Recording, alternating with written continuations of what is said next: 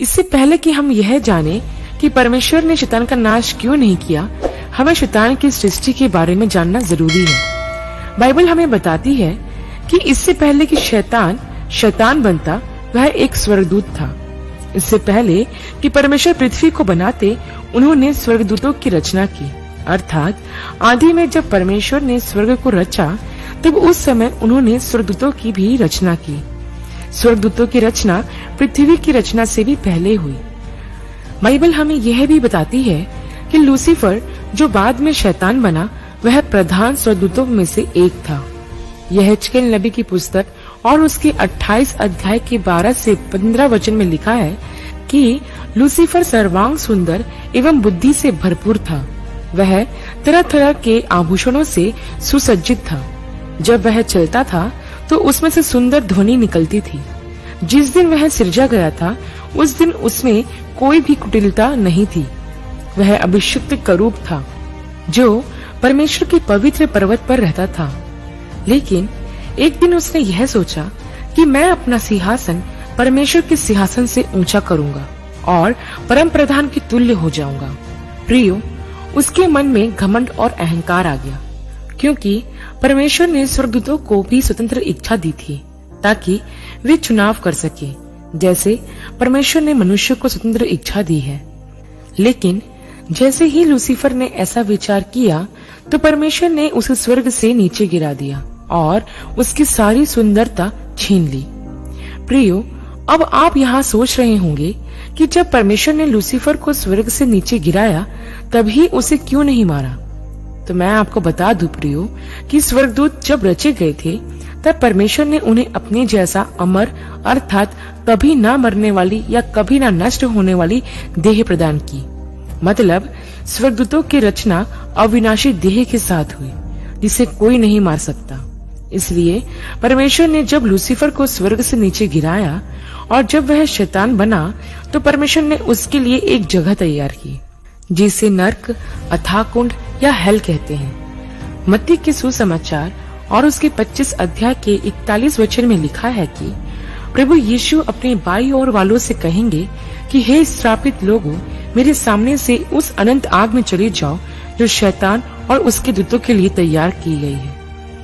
Bible का यह वचन हमें बताता है कि परमेश्वर ने शैतान और उसका साथ देने वाले सारे दूतों के लिए एक जगह तैयार की है, जहां उसे अनंत काल के लिए डाल दिया जाएगा, जहां उसे सिर्फ रोना, दांत पीसना और अनंत आग में जलते रहना होगा। लेकिन अब सवाल यह है कि जब परमेश्वर ने शैतान व उसके दूतों के लिए नर्क को तैयार किया है, तो परमेश्वर शैतान को उस नर्क में क्यों नहीं डाल देते? क्यों परमेश्वर एक ही बार में उसका किस्सा खत्म नहीं कर देते? तो मैं आपको बता दूं प्रियो कि हमसे ज्यादा बुद्धिमान हमारे परमेश्वर हैं। यदि परमेश्वर ने शैतान को पृथ्वी पर रखा है, तो जरूर उसकी कोई वजह होगी। प्रियो, असल में परमेश्वर शैतान के कामों के द्वारा बहुत सी बातें हासिल करते हैं। परमेश्वर पृथ्वी पर शैतान को इतनी दुष्टता, हानि व पीड़ा पहुंचाने का काम इसलिए करने देते हैं क्योंकि इनके द्वारा वह लोगों को परमेश्वर की तरफ मन फिराने का मौका दे सके। क्या आपने कभी इस बात पर गौर किया है कि जब तक मनुष्य आरामदायक जिंदगी गुजार रहे होते हैं, जिसमें ना कोई बीमारी, ना कोई तकलीफ, ना गरीबी, ना दुख होता, तो शायद ही वह परमेश्वर को याद करते। प्रियो, परमेश्वर जो कुछ भी होने देते हैं, उसके पीछे उनका एक उद्देश्य होता है।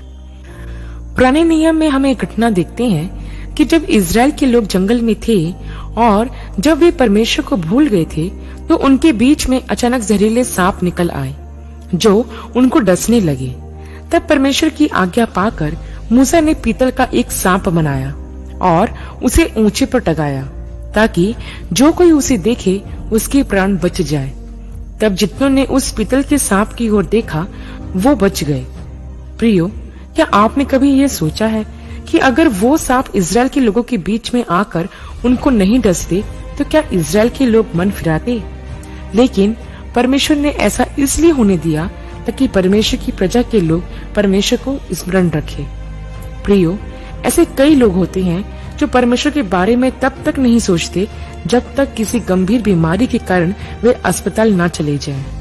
तब फिर उन्हें अचानक परमेश्वर की याद आती है और वे मन फिराकर परमेश्वर को पुकारते हैं। प्रियो, कहने का अर्थ यह है कि परमेश्वर शैतान को हम सब के जीवन में काम करने की अनुमति इसलिए देते हैं ताकि हम अपना मन फिराएं और परमेश्वर की ओर वापस फिर जाएं। एक और बात प्रियो, जो हमें यह समझने में मदद करती है कि परमेश्वर ने शैतान को नष्ट क्यों नहीं किया, वह है प्रेम। आप सोच कर देखें कि यदि परमेश्वर उसी समय शैतान और उसके साथ विद्रोह करने वाले स्वर्गदूतों को नाश कर देता तो स्वर्ग के बाकी स्वर्गदूत इसे देखकर डर जाते और फिर वह परमेश्वर की सेवा डर डर के करते।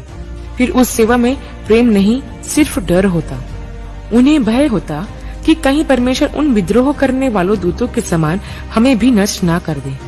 परमेश्वर यह प्रमाणित करना चाहते थे कि वे प्रेमी परमेश्वर हैं। इसलिए उन्होंने शैतान के विद्रोह को सहन किया और उसे तुरंत नष्ट नहीं किया।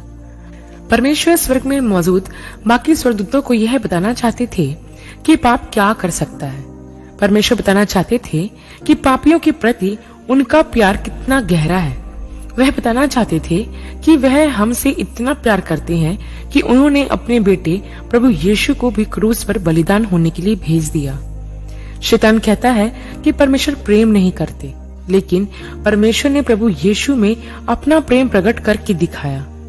शैतान कहता है कि परमेश्वर न्यायी नहीं है, उसने व्यवस्था के रूप में कठोर कानून दिए हैं, लेकिन परमेश्वर ने व्यवस्था बदलने की बजाय अपने पुत्र को भेजकर व्यवस्था को पूरा कर दिया और अनुग्रह की एक नई व्यवस्था मनुष्य को दी।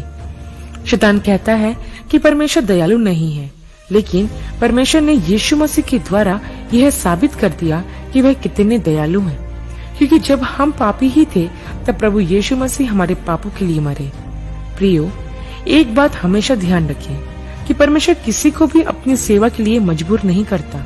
वह नहीं चाहता कि हम चर्च में उसकी आराधना करने डर की वजह से जाएं, बल्कि वह चाहता है कि हम उसकी सेवा प्रेम से करें। इसलिए परमेश्वर ने वचनों में हमसे सबसे पहली और मुख्य आज्ञा यही दी कि हम अपने सारे मन, अपने सारे प्राण और अपनी सारी बुद्धि से परमेश्वर से प्रेम करें।